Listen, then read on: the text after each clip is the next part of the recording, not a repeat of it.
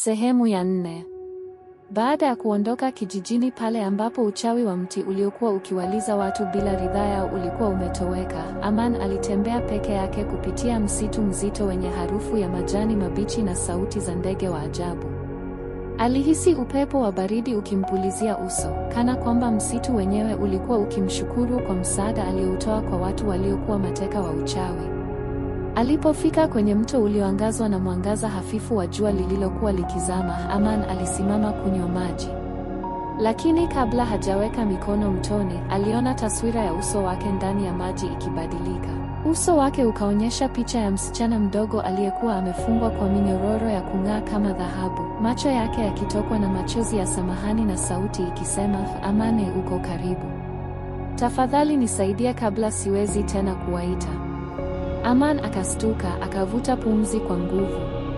Sauti ile ilikuwa ya kipekee, na moyoni alihisi ni wito kutoka kwa mtu aliyekuwa akimhitaji sana.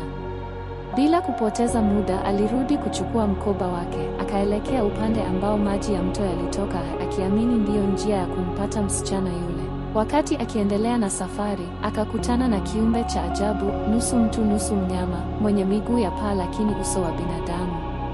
Kiumbe huyo alisimama mbele yake na kusema kwa sauti ya kichovu, "Kupitia njia hii, utahitaji si nguvu tu bali pia hekima. Yule unayemtafuta yuko mikononi mwa Malkia wa Kivuli, anayekula mioyo ya wema." Aman akamwangalia, akasema kwa uthabiti, "Basi ni lazima nipite. Maadamu moyo wangu una nia njema, hakuna kivuli kitakachonizuia." Kiumbe huyo akanyamaza, kisha akamwelekeza njia ya kuifuata, njia ya mawe mekundu ambayo huchomoza usiku tu chini ya mwangaza wa mwezi. Hapo ndipo Aman alipofahamu kuwa safari yake si ya kawaida tena, ilikuwa safari ya roho na moyo. Usiku ulipofika, akaanza kuona mwangaza hafifu wa mawe mekundu ukiangaza ardhini.